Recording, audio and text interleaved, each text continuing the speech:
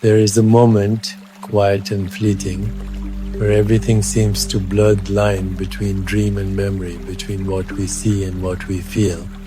Maybe it happens when you're watching the sunset and remembering someone you've lost, or when you smell something that takes you back to a childhood you thought you'd forgotten. We live split between worlds outer and inner, real and imagined, convinced that some are true and others are just illusions. But what if they were all made of the same thing? What if the tree outside your window, the story in your head, and the ache in your chest were not different realities, but different expressions of the same truth? Today, we begin a journey not of answers, but of our Nessa path that leads not outside you, but into the space where everything meets. Not many people choose this path, but if you're still here, maybe you're one of the few who do. So sit with me, breathe, and let's find out what's real together. Close your eyes for a moment, take a deep breath in through your nose, and exhale slowly through your mouth. Let the noise of the outside world soften, let your shoulders drop, let your thoughts begin to loosen. Now, picture this. A child lying on the grass staring up at the clouds. One looks like a castle, another like a horse galloping across the sky. In that moment, the child isn't confused about what's real. The clouds are real, the horse is real, the imagination is real. There is no debate, no separation, just the fullness of the experience. Somewhere along the way, we lose that ability. We begin to cut reality into parts. The physical world, concrete, solid, measurable, is declared real. The rest, stories, fantasies, thoughts, all dismissed as unreal. Distractions at best, dangers at worst. But what if that's not true? What if the way we divide reality into categories, real and imaginary, physical and mental, is a reflection of truth but a habit of the human mind? What if it's a way we've been taught to survive, not a way to actually see? Look around you. Every object in your environment began as a thought. The chair you're sitting on, the device you're using to listen, the clothes you wear, all were once only imagined. And before that, they were feelings, inspirations, formless flickers in someone's mind. And on the other hand, think of something that only exists in memory. Maybe the sound of a voice you loved, a song that shaped who you became, a feeling from a moment that changed everything. You may not be able to touch it, but it moves you. It lives in you. Is it any less real? Everything you experience, whether it's a stone in your hand or a dream in your sleep, arises within the same space, your awareness. They all come into being, not independently, but through the meeting point between your consciousness and what appears in it. Try this. Think of something you love deeply. Maybe it's a person or a place or a moment in time. Notice how quickly that thought can bring a feeling. That feeling can bring an image. That image can make your heart race or slow. All of it is happening right now within you. This is what it means when we say all worlds are one reality. There is no fundamental difference between the physical world you can measure and the inner world you feel. The mountain you see in the distance and the longing you carry in your heart, they're both part of the same whole. They arise together, woven from the same thread of awareness. The world of objects and the world of thoughts are not competing truths. They are mirrors of one reality, filtered through perception, culture, memory, emotion, and time. They are waves on the same ocean, dancing in different directions, but made of the same water And here's the radical truth. When we stop insisting on dividing the world, when we stop needing to say, this is real and this is not, a great softening happens. We begin to see with gentler eyes. We begin to listen to our inner world not as noise but as guidance. We begin to live with more wholeness because we're no longer chopping reality into fragments. You begin to realize it's not either or, it's not outer versus inner, it's not logic versus intuition, it's all of it. All of it is sacred. All of it is part of this strange and beautiful thing we call life. And perhaps most importantly, you begin to realize that you are not separate from it. You are not an observer standing apart from the world, trying to figure it out. You are it. You are the space in which the story and the stone both appear. You are the dreamer and the dream. So, breathe again. Let yourself remember. Let yourself feel. Let yourself imagine. Not as a child playing pretend, but as a being reclaiming the full spectrum of what it means to be alive. All worlds are one reality.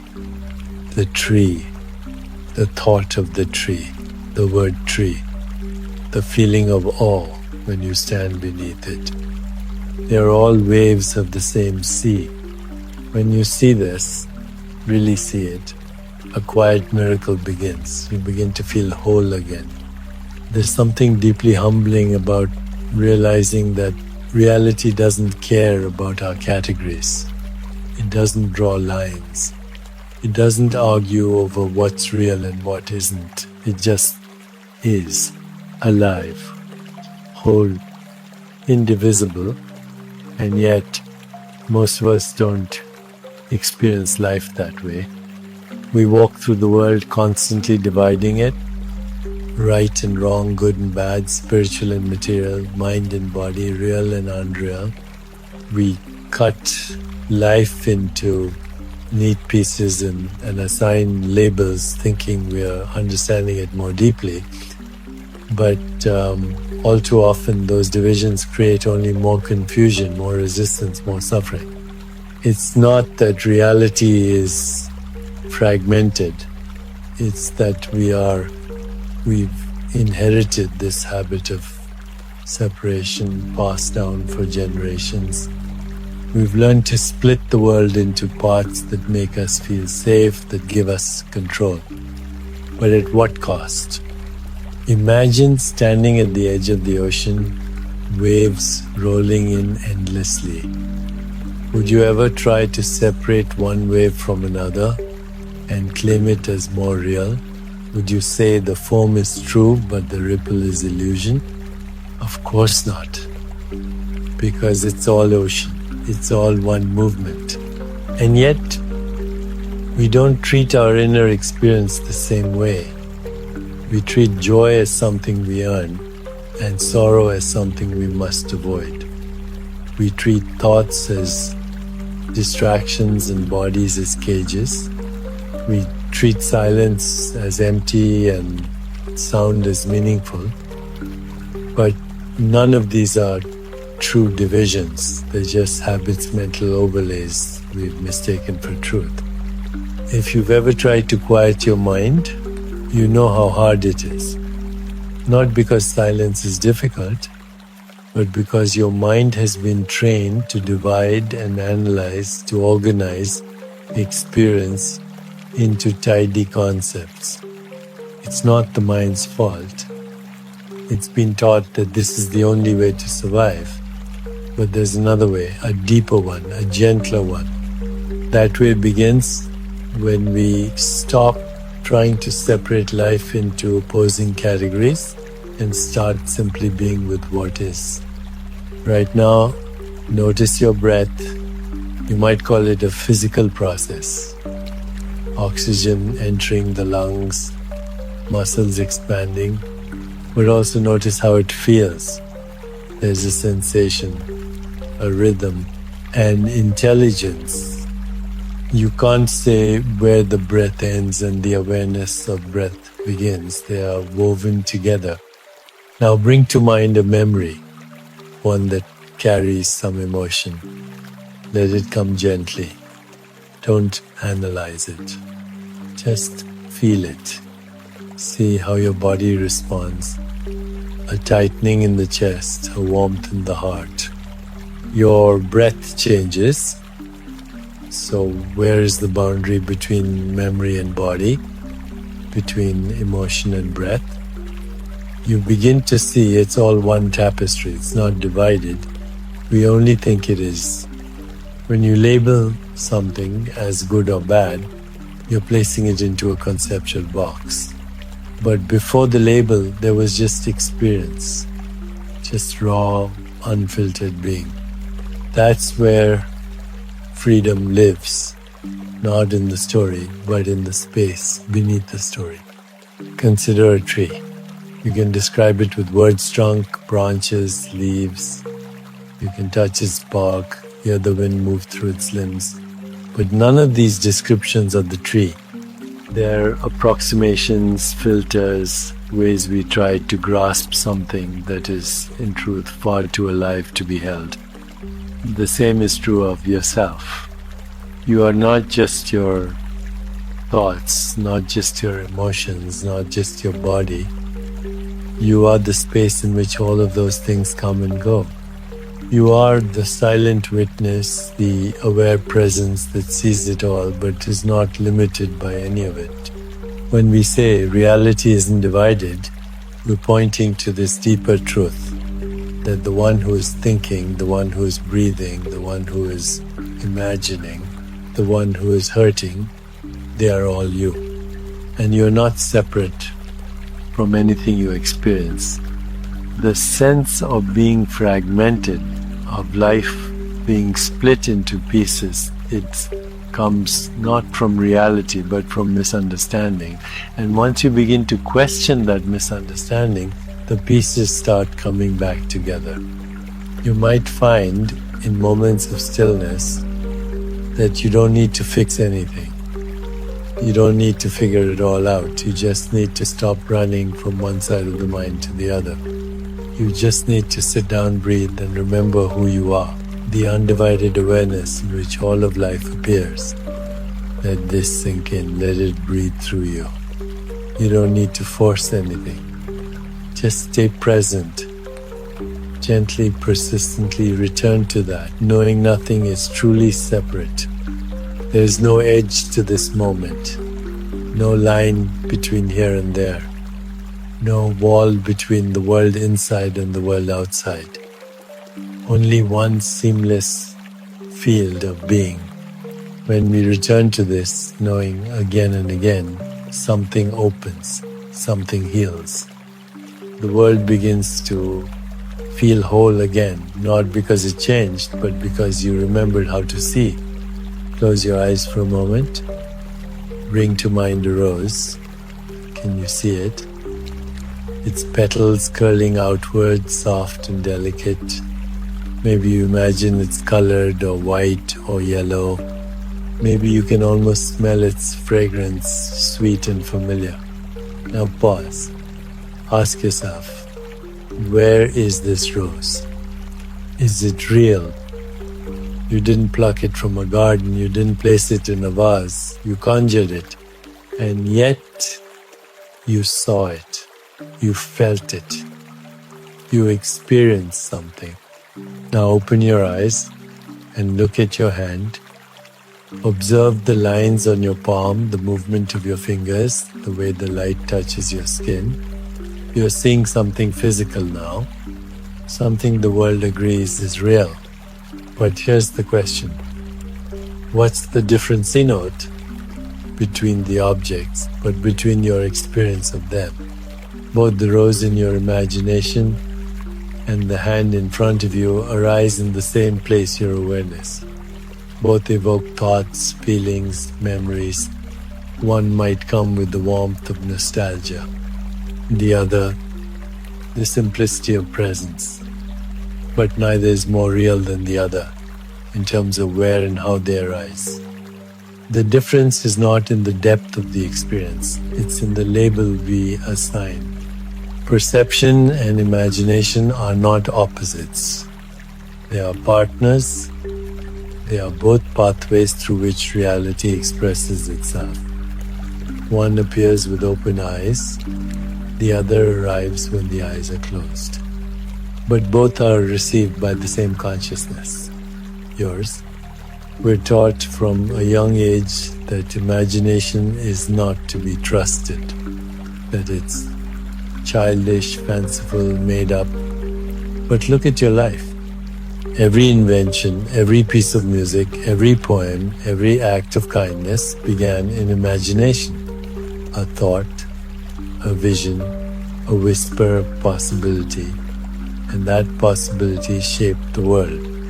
Imagination is not the opposite of reality, it is the seed of it.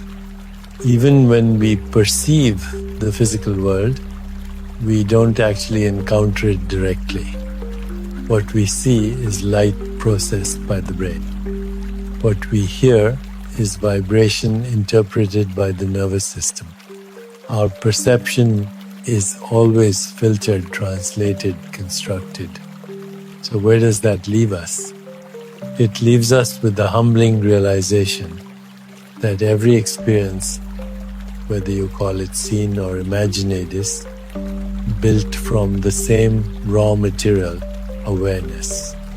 It arises within you, is known by you, and dissolves back into you. Let's try something. Take a breath, slowly, then recall a place you've never visited but always dreamed of.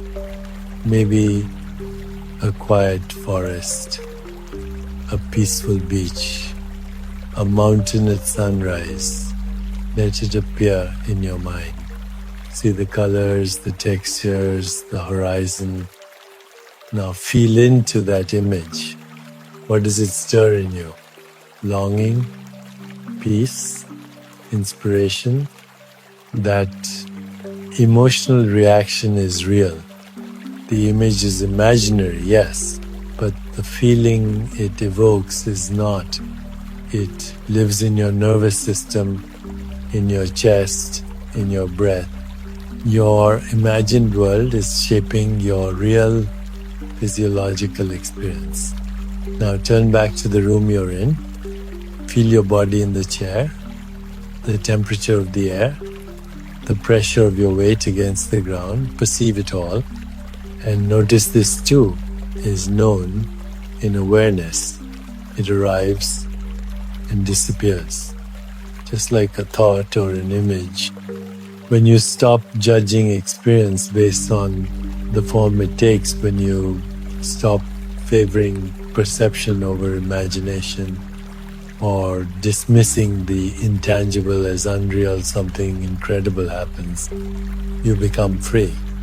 Free to explore your inner world without guilt, free to trust your intuition, free to draw from the well of your creative mind without fear that you're leaving reality behind, because you're not. You're diving deeper into it. This understanding is especially powerful for those of us on a healing path. When trauma lives in the body, imagination can become a doorway to safety, to possibility, to change. When we're stuck in rigid patterns of thought, perception alone can trap us. But imagination, it opens windows, it lets in light, it helps us reimagine who we are and who we might become.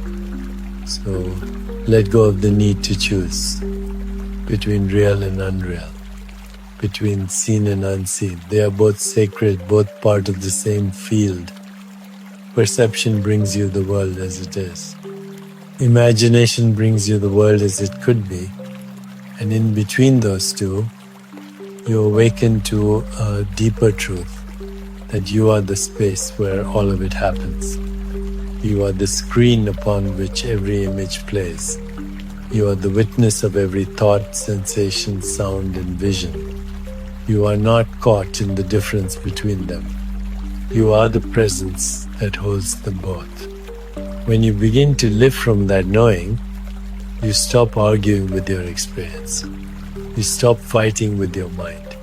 You no longer feel split between the logical and the emotional, the practical and the mystical.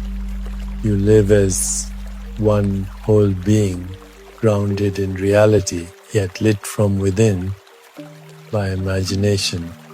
And so the next time you feel something deeply from a story or are moved by an inner vision, don't dismiss it. Honor it. Let it teach you something true about who you are. Because the mind can show you miracles just as clearly as the eyes, and what appears inside you is just as real as what appears outside you, because in truth it's all arising in the same place. Within you, pause for a moment. Let everything you've been listening to settle in. Let your breath become the anchor, again gentle, rhythmic, effortless. Inhale, exhale, and just feel yourself being here. Everything you've ever experienced, joy or heartbreak, thought or silence, a breeze on your skin or a dream in the night, it all happened somewhere, not out there, but in here, in a space you don't see but you've always known, a space of awareness. This is the most overlooked truth in our lives, that everything we know exists only because we are aware of it. The world as we know it, including all sounds, all colors, all sensations, every memory, every emotion, it all appears within this invisible field of awareness that you are. Noticing this truth changes everything. Imagine sitting at a cafe watching people pass by. Some are laughing, some look tired. A dog runs after a pigeon. A child drops her ice cream and bursts into tears. All of this plays out in front of you, movement, color, emotion, but all of it is held within your experience. It may seem like it's happening outside, but it's only real to you because it arises in your awareness. Now think of the last time you had a dream. Maybe it felt vivid, emotional, maybe it made your heart race or brought tears to your eyes. Even though none of it was happening in the physical world, you still lived it. You still felt it. Because again, it arose in the same place, your awareness. Awareness isn't something you do. It's what you are. You don't create it. You don't control it. It's not a technique. It's the open, empty space in which every thought, sensation, and sound appears and disappears. It's always there, whether you're thinking or not, whether you're busy or still, whether you're happy or overwhelmed, and it never changes. That's the miracle. Your body has changed.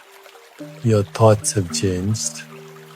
Your beliefs, your relationships, your surroundings, they've all shifted over time, but the awareness with which you've known them all, that's the same now as it was when you were a child. It has no age, no boundary, no agenda. It simply holds everything. Right now, as you listen, you may feel something in your chest, maybe the rhythm of your breath, maybe a subtle emotion rising, maybe just a calm curiosity, and all of this is happening within the same space. You are not inside your body. The body itself is appearing inside your awareness. Even your thoughts, those constant narrators in your mindrais, like clouds in the sky, you don't push them, you don't plan most of them, they just show up like sensations, like feelings, like images, all of them held effortlessly. This insight is more than poetic, it's profoundly liberating, because once you recognize that you are not the contents of awareness, but the awareness itself, you no longer feel trapped by what comes and goes. You don't have to fight every thought. You don't have to chase after every feeling. You don't have to control every outcome. You rest in the space that holds it all. It's like sitting beside a river watching the water flow. You see leaves pass by, you see reflections shimmer on the surface, but you don't jump in. You don't cling to one ripple and push away another. You just watch, you just be. The same is true of this moment. Maybe right now, there's a thought in your mind that says, I don't quite get it. Or maybe another says, this feels true. Whatever is arising, allow it. Let it pass through the space of your awareness without judgment. Don't hold on, don't push away. This is presence. And the more you return to this space, this inner stillness, this quiet clarity, the more you begin to live from it. You make decisions from it, you speak from it, you love from it. And life begins to feel more open, more spacious, more whole. You no longer feel the need to fix every moment. You just inhabit it. And that presence itself becomes healing for you and for everyone you meet. Because here's the deepest truth. Awareness is not just something you have. It's something we all share. It's the common ground beneath every experience, every story, every person. We may look different, speak differently, believe different things, but the awareness through which we live is the same. And when you remember that when you live from that, it's impossible to hate, impossible to feel alone. Because everything and everyone is part of the same light, the same silence, the same space. So right now, come back to your breath. Feel the inhale, feel the exhale. Not as something you're doing, but as something appearing in your awareness. Watch it, welcome it, let it pass. You don't need to do anything more. Just be the space that holds it all. If something in you feels quieter right now, gentler, more whole, honor that. This wasn't just another video, it was a remembering, a return to something you've always known but maybe forgot, something deeper than thought, more spacious than feeling. That all your experiences, whether imagined or perceived, are held in the same living presence. And that presence is you. And this is only the beginning. If this resonated with you, if it stirred something true inside, I invite you to stay with this journey. There are more insights to come, more moments like this one. Not to explain life, but to help you live it more fully from your center, from your truth, from your awareness. So, if you feel called, subscribe to this channel, leave a comment and share your experience, what it opened in you, what you're still sitting with. I read every word and I welcome you fully into this space. And if you know someone